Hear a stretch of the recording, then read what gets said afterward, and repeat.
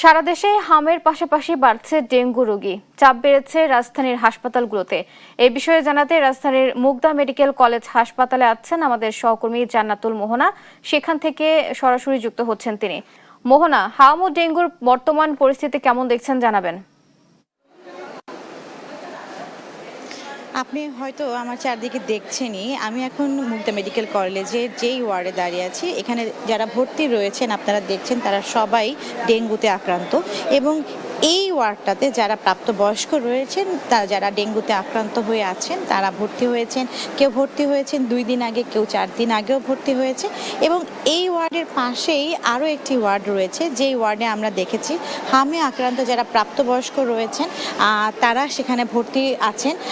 আমরা একটু কথা বলতে চাই যারা হচ্ছে যে এই হামে কিংবা ডেঙ্গুতে আক্রান্ত হয়েছেন, আমরা একটু কথা বলতে চাই আপনার সাথে। একটু আপনি আমাদেরকে জানান যে আপনি কতদিন ধরে ডেঙ্গুতে আক্রান্ত হয়ে আছেন?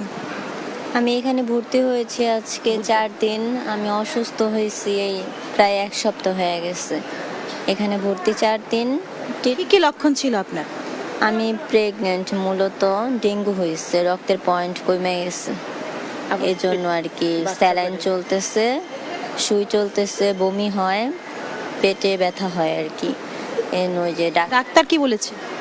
ডাক্তার বলছে স্যালাইন চলবে, আর রিপোর্ট আজকে করাইছি, এখনো দেখেনি, ডাক্তার আসবে বলছে।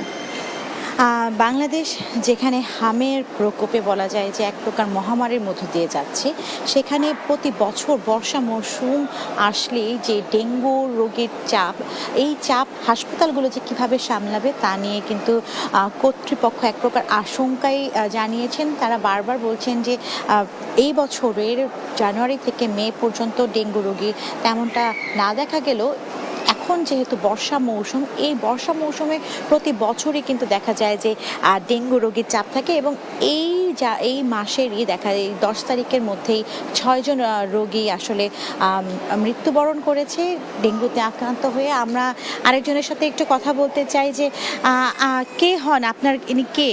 মেয়ে। কতদিন হলো ডেঙ্গুতে আক্রান্ত হয়ে আছে? 2 তারিখের থেকে। কি অবস্থা আপনার মেয়ের? এখানে রক্তের পয়েন্ট একবারে কমে গেছে, তারপরে বমিটা একটু কমছে, আগের থেকে একটু কমছে। ডাক্তার কি বলেছে? ডাক্তার পরীক্ষা করতে বলছে, কিন্তু পরীক্ষা করার মতো নাই, এর জন্য করি নেই। কি পরীক্ষা করার মতো কি নেই? টাকা নেই। মানে আপনি আর্থিকভাবে সচ্ছল? হ্যাঁ, জি। এখানে কি পরীক্ষা হয় না, বা এখানে কি কম দামে টেস্ট হয় না? এখানে পরীক্ষা হয়, তারপরও টাকা লাগে। এই টাকা চালানোর মতো নাই আমার কাছে। ডেঙ্গু কি আপনি মনে করছেন একটা ব্যয়বহুল চিকিৎসা না? জি, ডেঙ্গু মশার থেকে হয়, কিন্তু এরকম বুঝে না যে কি থেকে মশা দেই না। না, এটার জন্য যে খরচ বহন করা লাগে এটা আপনারা পারছেন না, সেটাই তো? হ্যাঁ, জি। এর জন্য যে খরচা আমি চিন্তায় আছেন এখন মেয়েকে নিয়ে? জি, অনেক টেনশনে আছি। মেয়ের রক্তের পয়েন্ট কমে গেছে, 40 হয়ে গেছে রক্ত। কোথা থেকে এসেছেন আপনারা? আমি মিরাজিবাগ থেকে এসেছি। দর্শক শুনছেন যে আসলে ডেঙ্গু রোগের যে ভয়াবহতা, কিংবা আসলে যারা আর্থিকভাবে কিছুটা সচ্ছল না, তাদের আসলে এই রোগের চিকিৎসার ব্যয়ভার বহন করা কতটা সহনীয় তাও কিন্তু প্রশ্ন থেকে যায়। এই মাত্রই আপনারা শুনলেন যে একজন রোগীর অভিভাবক বলছিলেন যে চিকিৎসা চালানোর মতো আসলে তার সামর্থ্য নেই। তো মুগদা মেডিকেল কলেজ হাসপাতাল থেকে এই ছিল আমার কাছে সর্বশেষ।